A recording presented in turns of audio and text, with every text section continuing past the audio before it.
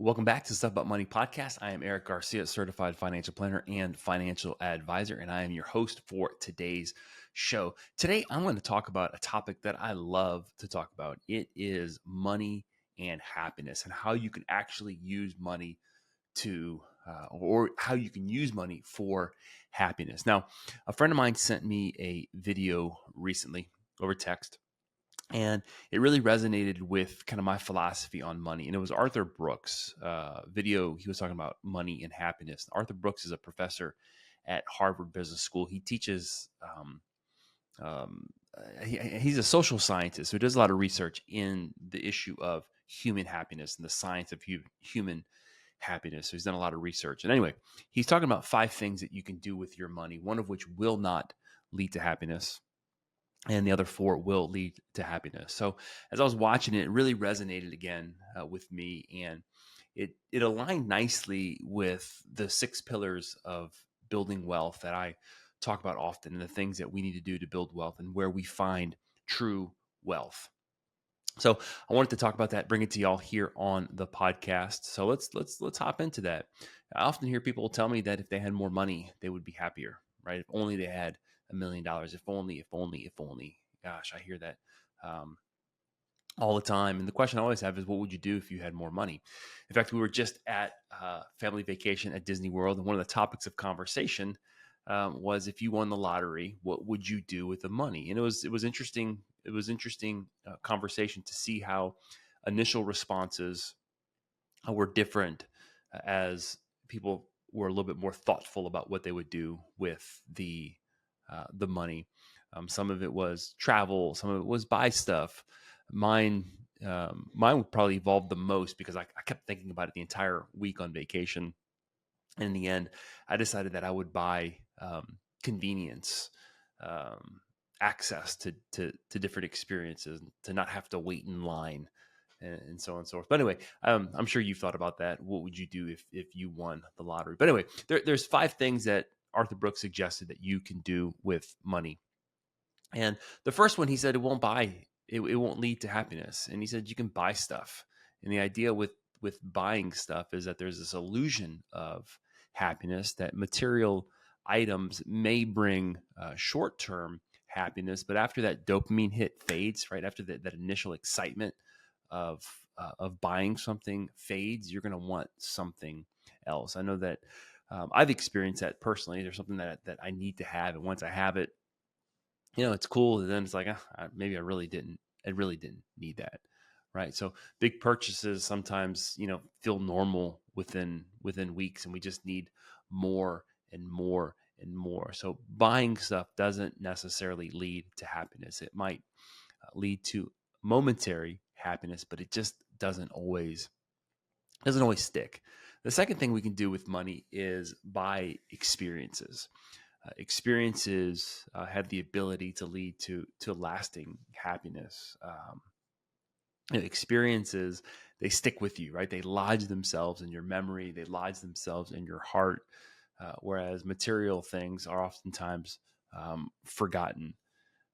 And science shows us and tells us, and research confirms, that memories of experiences deepen over time while objects lose their appeal. That's why you can remember. Our trip, we just got back from Disney World. It was a cheer. My daughter is a cheerleader, and they had a little cheer parade that they did down Main Street. And I was thinking about, me as the financial planner, thinking about how much money the trip cost. And it's like, oh my gosh, this is costing so much money. But then as I thought about it, man, the memories that we are creating, the memories that she is creating with her friends and her cheer mates, will last forever. And the amount of money that was spent on the trip, I'll forget how much it cost tomorrow. Right? It goes away, but those memories will stick with you over time, and objects lose their appeal. And I will remember that trip, but I won't remember half the stuff that I bought last year. So spending money on experiences, buying experiences, is a lasting investment into happiness. And when you can use your money to buy experiences to create shared memories with people you love, that is a ticket to happiness. So having those shared experiences with people you love. The third thing you can do with money or buy with your money is time. Now, this is not always necessarily obvious, but we all have the same amount of time, 24 hours a day. None of us have more, none of us have less. But we can use our money to free up our time. And maybe it's hiring someone to mow your lawn, right? I actually get enjoyment from mowing my lawn, so paying someone to mow my lawn wouldn't necessarily buy me time that would lead to happiness. But if that's a grind for you, if cleaning your house is a grind for you, if you're a business owner, hiring somebody to do tasks that are not in your wheelhouse is a way that you're able to buy time. Now here's the key when you use money to buy time is you can't use it the time that you've bought. You can't waste it just frittering away, doing mindless activities. It's important that when you do use your money to buy time, that you use that time to spend it with people you love, doing things that bring you joy. The fourth thing we can do with our money, and this is something we talk about a lot here at Plan Wisely, is to give money away. In fact, our sixth pillar of financial security is to give to others. And that seems counterintuitive that giving money away would make you happier when you're kind of making yourself less wealthy because you're giving money away. But research again will support this idea that when you tap into something that's important to you, when you connect with something that you're passionate about, and you share your money with those who need it, with those causes that need it, that it leads to happiness. In fact, the happiest people aren't the ones who hoard their wealth. The happiest people are not the ones who save, who build the biggest estates. They're the ones who find ways to share that wealth meaningfully with others who need it. So I would challenge you that you find a cause or a person or someone in need, and see how it feels to share what you have, what you've been blessed with, to share it with somebody else. Being generous definitely leads to increased happiness. In fact, there's a study. It's done. I think it's done at Harvard. It's one of the longest longevity studies that's been done in human history. It's run over 85 years, and basically they just study people and families over a really, really, really, really long period of time. And the question is, does money buy happiness, and how much money does happiness buy? And there's some studies that say up to a certain amount of money, there's a visible amount of happiness. Then after a certain amount, no amount of money leads to any more or any less happiness. But the study found that it's not necessarily how much or how little money you have. It's what you do with your money. And the people who have money, who share it with others, are happier than those who have money and don't share it with others. So give money away is one of the things that you can do with money. The fifth thing that you can do with money, and we talk about this a lot here, is to save money. That progressing towards some goal leads to happiness, whether that goal is retirement or money to put on a down payment on a house.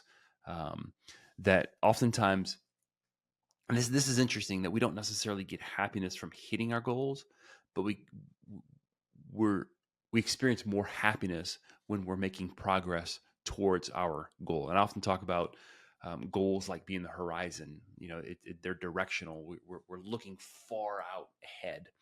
Our goals should point us in a direction. They should orient us towards a way of living, and making progress towards that goal is what ultimately keeps us continuing to reach towards that goal. When we hit all of our goals, sometimes what do we do next, right? We have a savings goal. And now I think it's important to have goals and objectives that you meet, but you should always have something that is beyond a particular objective. And when it comes to money, saving money creates that progress, right?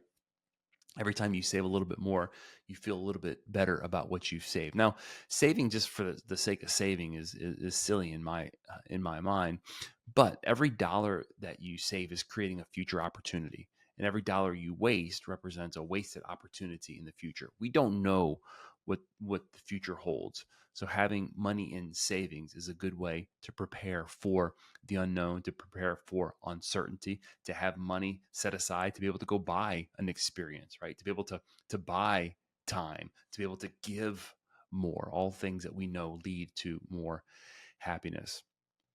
And now I don't, I'm often asked how much money should I save. I don't know that there's an exact number always. I don't think there's the perfect number. I think that it might change based off of your circumstances. That's why working with a financial planner or financial advisor who understands this concept is a good thing, because this is not, financial planning is not science. It's more art. So if you find yourself in a situation, you're like, man, like, does money buy happiness? What can I do with my money to lead to more happiness? Focus on experiences, focus on time, focus on generosity, focus on saving towards some long-term goal.